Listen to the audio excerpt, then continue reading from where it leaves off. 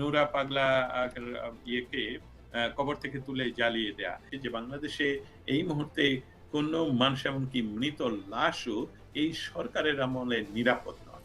অর্থাৎ যেহেতু এই সরকারের আমলে কেউ নিরাপদ নয়, অতএব এই সরকার বেশিদিন টিকতে পারার কোনো কারণ নেই। এবং যুক্তরাষ্ট্রের পক্ষ থেকে একজন প্রফেশনাল কূটনীতিবিদ যে কে রাষ্ট্রদূত হিসেবে নিয়োগের মাধ্যমে আমরা বিশ্বাস করছি যে আমেরিকা এবং যে যেই যেই সাংহাই কোঅপারেশন অর্গানাইজেশন, এই যে ২ টি শক্তির মাঝে দিয়ে আমেরিকা এমন একটি সময়ে বাংলাদেশে নতুন অ্যাম্বাসেডর দিলেন। সাথে, সাথে সেই সময়ের ভিতরে একই সময়ে ভারতীয় নতুন অ্যাম্বাসেডর দিয়েছেন। এটা একটি খুব, খুব মনে করতে পারি যে এটা একটা সিগনাল যে কিছু না কিছু কুকিং হচ্ছে, যেটা জানতে গেলে আমাদের একটু সময় অপেক্ষা করতে হবে। আর বাংলাদেশে এখন ডাকসু নির্বাচনের কথা।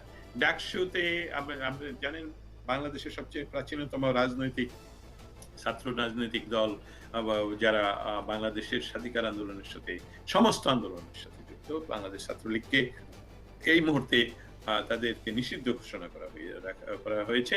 এবং শিবির, যারা বাংলাদেশের রাজনীতিতে সবচেয়ে বেশি ছাত্রদেরকে হত্যা করেছে, রগ কাটে তারা, এদেরকে এই নির্বাচনে অংশগ্রহণ করতে দেয়াটা সম্পূর্ণভাবে বাংলাদেশ বিরোধী পদক্ষেপ। এবং আমরা আশা করছি যে ঢাকা ইউনিভার্সিটির সাধারণ শিক্ষার্থীরা এটা এমন একটি পদক্ষেপ তারা নিতে পারে ভোটের মাধ্যমে, যাতে করে তারা শিবিরকে প্রত্যাখ্যান করে এবং শিবিরের যাতে একটি লোক সেখানে নির্বাচিত না হতে পারে। কারণ এই মুহূর্তে জগদ্দল পাথরের ন্যায় যে সরকার আমাদের ঘাড়ে চেপে বা বুকে চেপে বসে আছে, তাদের আমলে যা কিছু ঘটছে সমস্ত কিছুই বলবো বেআইনি, কারণ তাদের সাংবিধানিক কোনো অধিকার নেই। বাংলাদেশের মুক্তিযোদ্ধাদের উপর যে অন্যায়গুলো হয়ে যাচ্ছে, এই অন্যায়গুলো আসলে বলবো প্রকৃতিও আর ধারণ করতে পারছে না। কারণ প্রকৃতি তার স্বাভাবিকভাবেই এই অন্যায়কে আর মেনে নিতে পারবে না বলেই আমাদের যে বিষয়টা আপনাদের সাথে আমি শেয়ার করতে পারি, সেটা হলো বিশ্বে ইতিমধ্যে ডক্টর ইউনূসকে আর এককভাবে তাকে সময় দিতে হবে এই কথাগুলো বলছে না। কারণ ১২ বা ১৩ মাসে বাংলাদেশে সাধারণ মানুষের কোনো নিরাপত্তা নেই।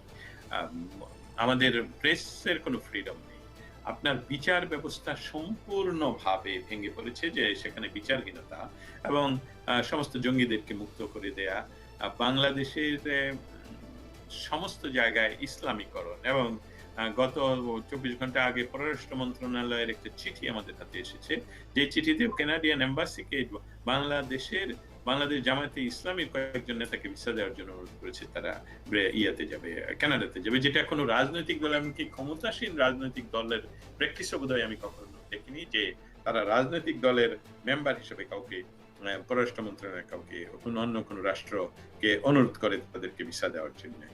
এই যে অব্যবস্থাপনা, এই সকল অব্যবস্থাপনার সাথে যেটা আরো যুক্ত হয়েছে, যে বাংলাদেশের যে সেনাবাহিনী, সেই সেনাবাহিনী আপনারা দেখেছেন ১৬ই জুলাই সরাসরি সাধারণ মানুষের উপর, নিরস্ত্র মানুষের উপর গোপালগঞ্জে গুলি করার জন্য তারা নির্দেশ দিচ্ছে। এবং এই যে টোকাই শ্রেণীর কয়েকজনকে নিয়ে তারা এনসিপি একটা রাজনৈতিক দল তৈরি করেছে, তাদেরকে বাংলাদেশে সমস্ত জায়গায় ঘুরিয়ে এনেছে, তাদের প্রোটোকল দিয়ে, তাদের গাড়ি দিয়ে, এমনকি গোপালগঞ্জ থেকে তাদেরকে উদ্ধার করে নিয়ে এসেছে। অতএব এই ব্যবস্থাটা আর বেশি দিন টিকে থাকার কোনো উপায় নেই। যুক্তরাষ্ট্র এটা বুঝে গেছে এবং আমরা অপেক্ষা করছি এই নতুন রাষ্ট্রদূত যিনি বাংলাদেশে যাচ্ছেন, তার কাছ থেকে আমরা হয়তোবা আমরা দেখতে পাবো যে একটা ইনক্লুসিভ নির্বাচনের জন্য বর্তমান ইন্টারিম গভর্নমেন্ট, যেটাকে কোনো ক্রমেই কোনো সাংবিধানিক সরকার হিসেবে কেউ গ্রহণ করছে না, তার থেকে বাংলাদেশ নিষ্কৃতি পাবে।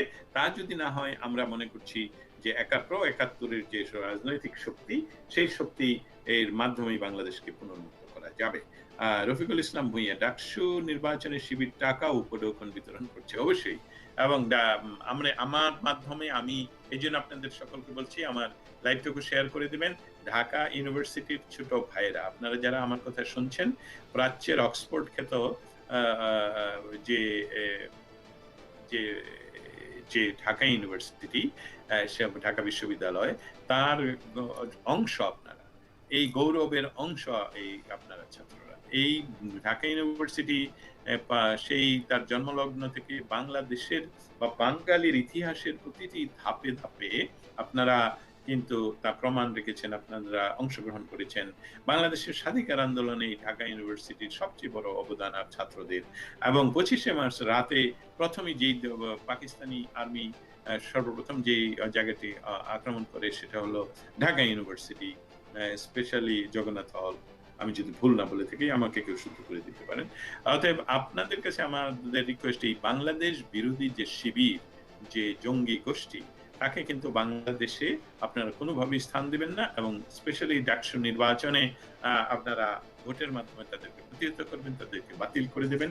সেটাই আমাদের আমার কাছ থেকে আপনাদের প্রতি আহ্বান।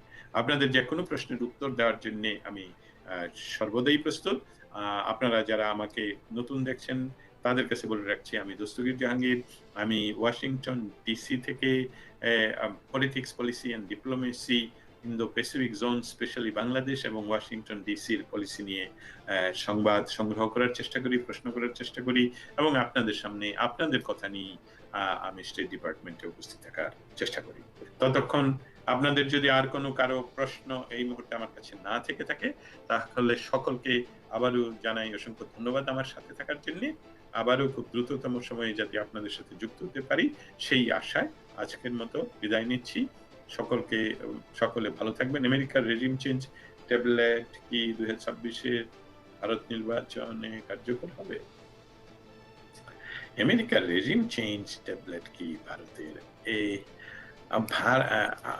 এটা খুবই গুরুত্বপূর্ণ একটি প্রশ্ন আপনি করেছেন। ভারত মানে যুক্তরাষ্ট্র সেই বলবো তিউনিসিয়া থেকে আরম্ভ করে মিশর, লিবিয়া, ইরাক, সিরিয়া, তারপর শ্রীলঙ্কা,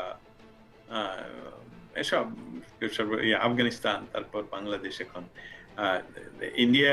ভারতের রেজিম চেঞ্জের বিষয়টা উড়িয়ে দেওয়ার কোনো সম্ভাবনা নেই, তবে এ বিষয়ে খুব আর্লি হয়ে যাবে। যেভাবে কবর থেকে আমি পৃথিবীর ইতিহাস একটু অতিরঞ্জিত কথা বলছি না, আমি পড়াশোনা করার সময় পৃথিবীর বিভিন্ন দেশের, এশিয়ার, ভারত উপমহাদেশের, ইউরোপের, ইংল্যান্ডের বা ব্রিটেনের, আমেরিকার ইতিহাস আমি পড়েছি। প্রাচীন ইতিহাস, মধ্যযুগের ইতিহাস, নবকালীন ইতিহাস, এই ধরনের অ্যাট্রোসিটির কথা আসলে জানা যায়নি। অতএব বাংলাদেশ যে একটি গভীর খাদে পড়ে গিয়েছে এই ডক্টর ইউনূসের মেটিকুলাসলি ডিজাইনের অংশ হিসাবে, সেটা আমরা দেখতে পাচ্ছি। না হলে একজন ব্যক্তির লাশকে কিভাবে তুলে পুড়িয়ে দেওয়া যায়, সে তার মানে বাংলাদেশে আইনের শাসন বলতে কোনো কিছুই আর বর্তমানে নেই, যেখানে মানুষকে সরাসরি হত্যা করা হচ্ছে, লাইভে হত্যা করা হচ্ছে, সমস্ত সাংবাদিকদেরকে জেলে পুরে রাখা হয়েছে, বিচার ব্যবস্থা ভেঙে দেওয়া হয়েছে।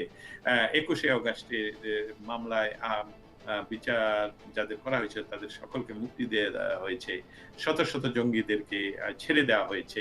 এই সকল কিছুই বাংলাদেশকে একটি অস্থিতিশীল পরিস্থিতি তৈরি করছে, যেটা যেটা আপনার আর আমার এখন আর অজানা নয়। ১৩ মাস হয়ে গেল বাংলাদেশের রাষ্ট্রটা আসলে বাংলাদেশ বিরোধীদের হাতে চলে গিয়েছে। সেটা থেকে পুনরুদ্ধারের জন্য আপনারা যেরকম সচেষ্ট, আমরা প্রবাস থেকেও আমাদের কাজগুলো করে দিয়ে যাচ্ছি। দেশবাসীর পক্ষে আপনাদের অসংখ্য ধন্যবাদ। নূর পাগলার লাশ পুড়িয়ে কি অর্জিত হলো দেশে? তৌহিদি জনতা কেন ধর্ম বিশ্বাস? এটা একটা বিষয় এখানে, মানে আমরা নিজেদের জানার জন্য বলি, তৌহিদি কোনো জনতা এটা সম্পূর্ণ কৃত্রিম একটা বিষয়। মব যে তৈরি করা হচ্ছে এটা রাষ্ট্রীয় পৃষ্ঠপোষকতায়। এটা ডক্টর ইউনূসের যে অসাংবিধানিক সরকার, এই সরকার এর জন্য সম্পূর্ণভাবে দায়ী এবং আমি বিশ্বাস করি যে ভবিষ্যতের কোনো গণতান্ত্রিক সরকার এই সমস্ত কিছুরই বিচার করবে। মাঝে কিছু নিরপরাধ সাধারণ মানুষ আত্মাহুতি দিচ্ছে বা তাদেরকে হত্যা করা হচ্ছে, এটা খুবই জঘন্যতম কাজ। মুক্তিযোদ্ধাদের উপর যেভাবে অত্যাচার করা হচ্ছে এটা খুবই জঘন্যতম কাজ। এবং আপনারা জানেন ১৬ই জুলাই যেভাবে গোপালগঞ্জে আর্মি সাধারণ নিরস্ত্র মানুষের উপর গুলি করেছে, সেটাকে ইতিমধ্যে অ্যানালিস্টরা বলেছেন যে এটা হলো গণহত্যা। আরেকটা বিষয় হলো যে 13 মাসে কিন্তু গত সরকারের প্রধান সহ তাদের বিরুদ্ধে যে সকল কেসগুলো দেওয়া হয়েছে সেসবগুলো হলো হত্যা মামলা। কিন্তু তাদের দুর্নীতির মামলার খবর কি? অতএব দুর্নীতি যদি এতই হয়ে থাকে যেসবগুলো প্রচার ছিল গত ৫ বছরে, সেই দুর্নীতির মামলাগুলো হচ্ছে না কেন? জাহাঙ্গীর ভাই, আপনাকে নিয়মিত পাই না কেন? আপনার লাইভের অপেক্ষায় থাকি। রফিকুল ইসলাম ভূঁইয়া, অবশ্যই আমি চেষ্টা করব সবসময় আপনাদের সাথে লাইভে আসার জন্যে। নিউ ইয়র্ক আওয়ামী লীগের কয়েকজনকে পুলিশ ধরে নিয়েছে তাদের অবস্থা তথ্য উপদেষ্টার উপর হামলা করার জন্যে। আমি যতটুকু সেটা জানি, তথ্য উপদেষ্টার উপর কোনো হামলা হয়নি। সেখানে প্রতিবাদ সভা করেছিল ওনার উপস্থিতির জন্যে, এবং সেখানে যে একজনকে পুলিশ অ্যারেস্ট করার কথা না বলে বলব পুলিশ কাস্টডিতে নিয়েছিল, তার অর্থ হলো যে তাকে আটক করা হয় রাস্তায় এবং তখনই তাকে ছেড়ে দেওয়া হয়। এটাই আমি জানি। ভৌমিক দস্তগীর ভাই, আপনি দুর্যোগে যে যুদ্ধ চালিয়ে যাচ্ছেন, আমরা সত্যিকার অর্থেই কৃতজ্ঞ আছি। আমি সবসময় চালিয়ে যাওয়ার অনুরোধ রইল। চেতনা ৭১, জয় বাংলা, জয় বঙ্গবন্ধু, জয় শেখ হাসিনা, জয় বাংলাদেশ। অবশ্যই আপনাকে অসংখ্য ধন্যবাদ এই ধরনের সাপোর্টিভ কথা বলার জন্যে। বাংলা, আমি যেটা বলি ৭১ সনে আমি শিশু ছিলাম। এখন আমি শিশু নই। অতএব বর্তমান সময়ে বাংলাদেশের যে দুরবস্থা, বাংলাদেশ যে বেদখল হয়ে গেল, সেখান থেকে আপনাদের বাংলাদেশকে আপনাদের হাতে তুলে দেওয়ার জন্য যা কিছু করা সম্ভব আমার দ্বারা তাই করা হবে। চলতি মাসে বাংলাদেশে আমরা কি দুর্গাপূজা নির্বিঘ্নে করতে পারবো বলে মনে হয় আপনার কাছে? সনাতনীরা সত্যিই সর্বদা উদ্বিগ্ন আছে। গত ২৪ বা ৪৮ ঘন্টার ভিতরে আমরা দেখলাম যে কিছু আ আম আরম্ভ হয়ে গেছে, যেটা প্রতি বছর দুর্গা পূজার আগেই ঘটে বাংলাদেশে। আমি এ বলব যে বাংলাদেশের মুসলমানেরা এই কেন, মুসলমান বলতে আমি সকল মুসলমানকে এক কাতারে দাঁড় করছি না। অবশ্যই আমাকে কেউ ভুল বুঝবেন না। যে বাংলাদেশের উগ্রবাদী যারা বাংলাদেশকে মনে করেন যে শুধুই এটা তাদের মুসলমানদের দেশ, তাদের খুব কতিপয় কিছু অংশ এই যে হিন্দু সমাজের বা বাঙালি সমাজের, সনাতনী সমাজের যে সবচেয়ে বড় উৎসব দুর্গাপূজার আগে ভাগেই তারা বিভিন্ন পূজা মণ্ডপে ঘুরিয়ে দেয়, আক্রমণ করে। সেটা ইতিমধ্যে শুরু হয়েছে আমি যা দেখতে পেলাম। এবং আমি আশা করছি, এটা আশা করার মানে এইভাবে এই সরকারের কাছ থেকে তো আমরা আসলে কিছু আশা করতে পারি না। আশা করার কি কোনো কারণ আছে? আমার মনে হয় না কোনো কারণ আছে। আশা করতে পারি কিন্তু কোনো ফলাফল হবে না। কারণ এই সরকার, আপনারা জানেন যে আ বাংলাদেশের সনাতনীদের উপর যেভাবে গত ১২-১৩ মাসে যেভাবে আক্রমণ হচ্ছে, হত্যা করা হচ্ছে, রেপ করা হচ্ছে, এসব কল্পের বিরুদ্ধে তারা কোনো ধরনের ব্যবস্থা নেয়নি। মবকে তারা বলছে একটা প্রেশার গ্রুপ হিসাবে তারা নাকি কাজ করছে। অতএব কিরণ ভৌমিক, আ পৃ পৃথ্বীশ, আমি নামটা যদি ভুল বলে থাকি আই এম সরি। মানে পৃথ্বী কিশোর ভৌমিক। দুর্গাপূজা বাংলাদেশের সাংস্কৃতিক জগতের একটি অবিচ্ছেদ্য অংশ। এটা সনাতনীদের ধর্মীয় অনুষ্ঠান, সবচেয়ে বড় ধর্মীয় অনুষ্ঠান হিসাবে পালিত হলেও বাঙালির হাজার বছরের ঐতিহ্যের মাঝে এই অনুষ্ঠানটি পড়ে। ধর্ম যার উৎসব সবার, এইভাবেই আমাদের কথাটা বলতে হবে। তবে বিষয়টা হলো যে আমরা কি এই বিষয়টাকে খুব সহজভাবে মেনে নিচ্ছি কিনা যে বাংলাদেশের সনাতনীদের উপর আক্রমণ চলবে? না, সহজভাবে মেনে নেওয়ার কারণ নেই। আমাদের সামনে রয়েছে বাংলাদেশকে যিনি স্বাধীন করেছেন বঙ্গবন্ধু শেখ মুজিবুর রহমান। তিনি বাংলাদেশকে যে নীতির ভিত্তিতে স্বাধীন করেছেন, সেই নীতি হলো এই বাংলাদেশ সকল বাঙালির। এখানে এই বাংলা হিন্দুর, এই বাংলা মুসলিমের, এই বাংলার খ্রিস্টানের, এই বাংলা বৌদ্ধদের, এই বাংলার যেকোনো ধর্মের মানুষের। শুধু বাংলাদেশের সার্বভৌমত্বের উপর আপনার আস্থা রাখবেন। সাংহাই সম্মেলনে বাংলাদেশ কেন যায়নি সে বিষয়ে কিছু জানেন? লিজা, মুর্শেদ আক্তার লিজা। বাংলাদেশ কেন যায়নি এইটা আমি জানি কিনা সেটা সরাসরি বলব যে কি কারণে যায়নি সেটা জানি, কিন্তু বাংলাদেশ সে সাংহাই কোঅপারেশন অর্গানাইজেশনে যুক্ত হয়নি। কখনোই হয়নি সেটাই বলব। তবে বাংলাদেশ ভবিষ্যতে যে যুক্ত হবে না সেটা অস্বীকার করার উপায় নেই। কিন্তু একটি কথা এখানে, বাংলাদেশ যুক্ত হোক আর না হোক, চীন, Russia, Bharat, Pakistan, Iran, Belarus, Kazakhstan, Kyrgyzstan, Tajikistan, Uzbekistan এই সেন্ট্রাল এশিয়ার সমস্ত দেশগুলো সেখানে যুক্ত এবং আমাদের দেশের ইয়েও যুক্ত। সেখানে অংশগ্রহণ করেছে আপনারা জানেন মিয়ানমার। অতএব আমাদের চতুর্দেশের দেশগুলো যুক্ত সেখানে অংশগ্রহণ করেছে। বাংলাদেশ ডক্টর ইউনূসের নেতৃত্বে দিন বলেই হয়তোবা যায়নি।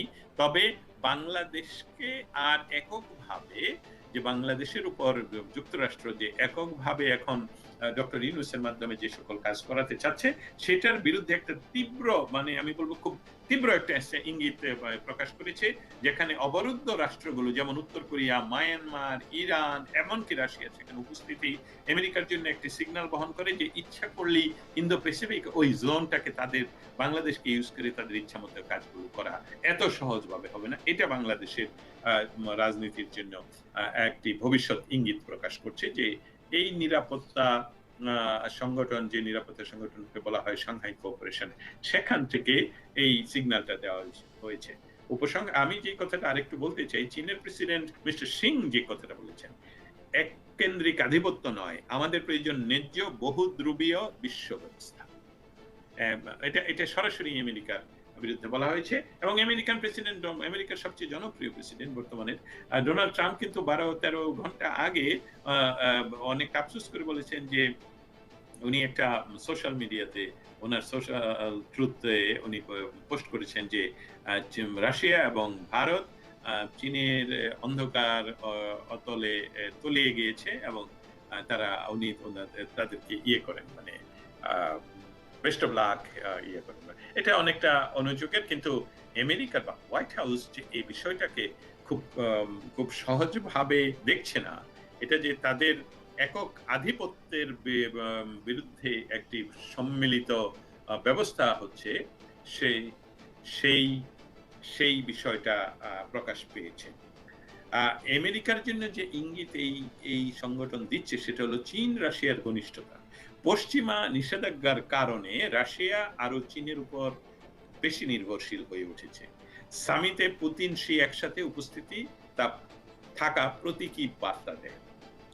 ভারতীয় দ্বৈত কূটনীতির কথা, আপনারা জানেন যে ভারত কোয়াডের মেম্বার। কোয়াড হলো ভারত, অস্ট্রেলিয়া, জাপান এবং ইউএস এর একটি এই ধরনেরই একটি কোঅপারেশন অর্গানাইজেশন, সেটাও সহযোগিতা এবং নিরাপত্তার জন্য। সেখানে ভারতের অবস্থান, মার্কিন আরো অংশীদারিত্ব বজায় রেখেও ভারত এসসিও অর্থাৎ সাংহাই কোঅপারেশন অর্গানাইজেশনের মানে তাদের স্থায়ী সদস্য হিসেবে আছে। অতএব এই দুই দিক খোলা কৌশল আমেরিকার জন্য জটিলতা অবশ্যই তৈরি করবে, ভারতের এই দুই দিক খোলা রাখার কৌশল। আশা করি বিষয়টি বুঝতে পেরেছেন। এই নিয়ে আপনার গুরুত্বপূর্ণ মন্তব্যটি অবশ্যই কমেন্ট বক্সে জানিয়ে দিবেন। ধন্যবাদ।